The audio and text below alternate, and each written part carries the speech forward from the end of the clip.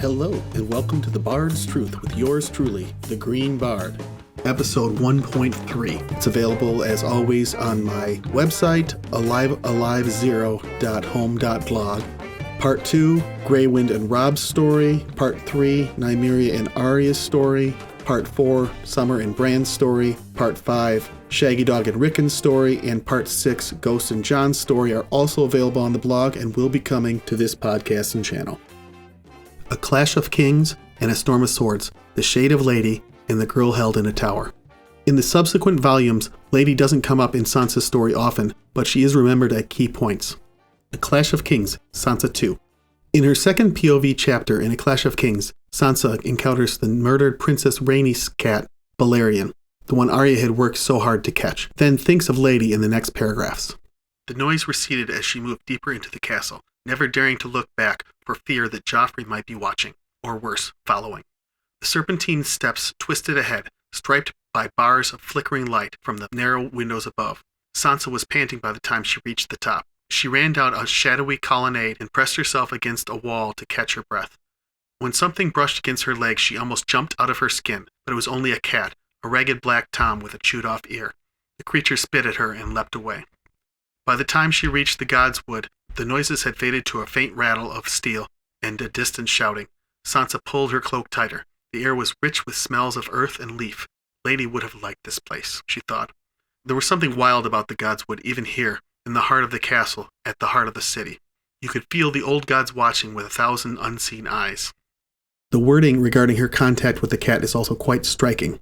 She almost jumped out of her skin indeed. Taken literally, it is almost certainly a hidden in plain sight hint that Sansa retains the ability to skin change. And in the instant they brushed against each other, she may indeed have partially slipped the cat's skin. There are clear instances of this exact type of scenario in Jon's story in A Dance with Dragon and other places. We are then reminded that the direwolves have an innate sense of danger, which dovetails nicely with Jon's prior mention of Lady. And what will they do to me? Sansa found herself thinking of Lady again. She could smell out falsehood. She could, but she was dead. Father had killed her, on account of Arya. She remembers Lady fondly, then laments that she's not there to protect her. Note that the protection from falsehood that Lady could provide was needed to one degree or another at this moment, as this was the beginning of Littlefinger's plot with Ser Duntos to abduct her from the city. A Clash of Kings, Arya 6. While Sansa continues to blame Arya, not the Queen or Joffrey, for Lady's death, Arya again laments the unjust killing of Lady, and rightly places the blame on the Queen. Arya watched and listened and polished her hates the way Genry had once polished his horned helm. Dunsen wore the bull's horns now, and she hated him for it.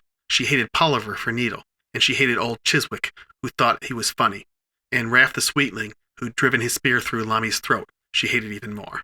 She hated Sir Amory Loach for Yoren, and she hated Sir Meryn Trant for Syrio, and the Hound for killing the butcher's boy, Micah, and Sir Ellen, and Prince Joffrey, and the Queen, for the sake of her father and Fat Tom and Desmond and the rest. Even for Lady, Sansa's wolf. A Clash of Kings, Sansa 3. In her next POV chapter, Sansa finally does confront Joffrey about the unjustness of Lady's killing, but she doesn't completely shift the blame from Arya. Silence, fool! Joffrey lifted his crossbow and pointed at her face. You Starks are as unnatural as those wolves of yours. I've not forgotten how your monster savaged me. That was Arya's wolf, she said. Lady never hurt you, but you killed her anyway. A Storm of Swords, Sansa 6. Lady only comes up once more in A Storm of Swords, once Sansa's in the Vale. That night, Sansa scarcely slept at all, but tossed and turned just as she had aboard the Merling King. She dreamt of Joffrey dying, but as he clawed at his throat and the blood ran down his fingers, she saw with horror that it was her brother Robb, and she dreamed of her wedding night too, of Tyrion's eyes devouring her as she undressed. Only then he was bigger than Tyrion had any right to be. And when he climbed into the bed, his face was scarred only on one side. I'll have a song from you, he rasped. And Sansa woke and found the old blind dog beside her once again.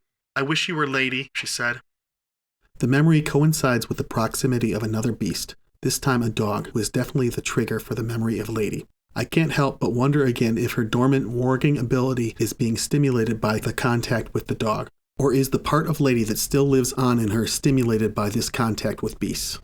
Nonetheless, she has a few other interactions with this same dog that indicate she might have formed a warg bond with the animal, although we won't cover that here. As an aside, I believe Peter Baelish also has some kind of telepathic ability. Could he use such as this old blind dog to listen in on people's conversations? We do know that he once, seemingly malevolently, appeared in Ned's fever dreams in the dungeons in King's Landing. Lady doesn't come up in Sansa's A Feast for Crows or the Winds of Winter sample chapters. We must hope that she doesn't forget her or her pack. Afterward, she's gone but not forgotten by Summer/Bran and Ghost/Jon, who share a pack bond with her. The bond from wolf to wolf is featured prominently in the first 3 passages that follow, while the last 2 are about the boys remembering Lady and Sansa. Summer's howls were long and sad, full of grief and longing. Shaggy Dog's were more savage. Their voices echoed through the yards and halls until the castle rang, and it seemed as though some great pack of direwolves haunted Winterfell. Instead of only 2 where there had once been 6. Do they miss their brothers and sisters too? Bran wondered. Are they calling to Grey Wind and Ghost, to Nymeria and Lady Shade? Do they want them to come home and be a pack together? Snow, the moon called down again, cackling. The white wolf padded along the man trail beneath the icy cliff.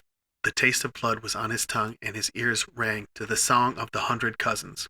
Once they had been 6, 5, whimpering blind in the snow behind their dead mother, sucking cool milk from her hard dead nipples, whilst he crawled off alone.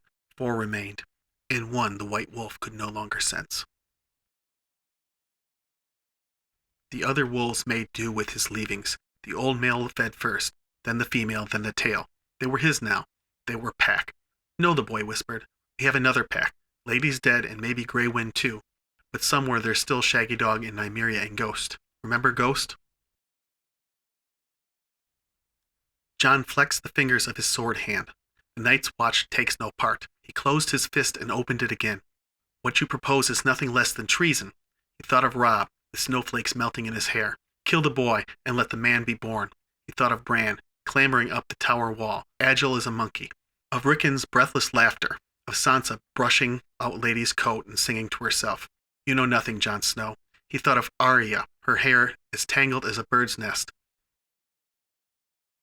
As a further reminder of her warging ability, I've also included 2 tall, slanderous tales about Joffrey's murder that implicate Sansa as having caused the death by using some kind of warging magic, as well as the Ghost of Highheart's prophecy that implicates her more correctly.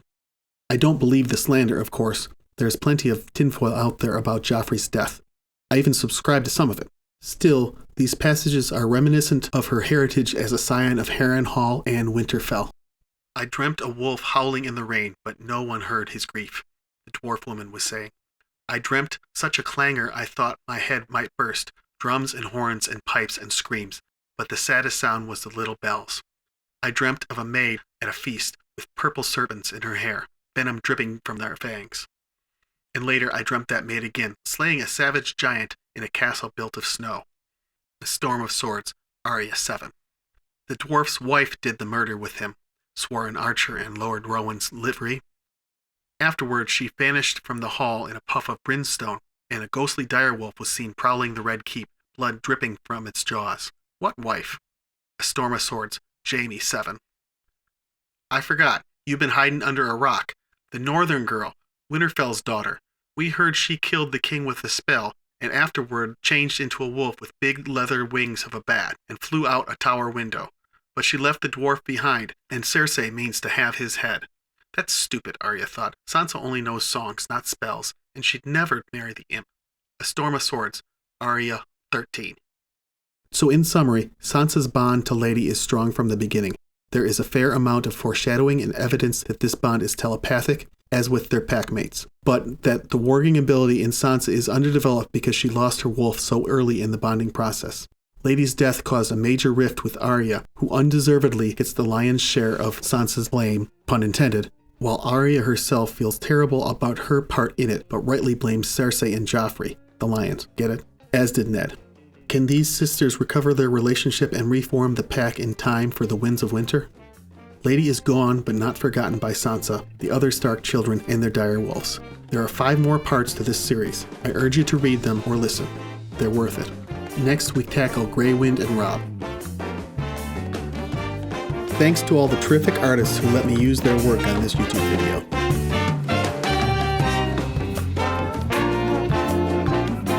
enjoy this content, you can also consider supporting us on Patreon.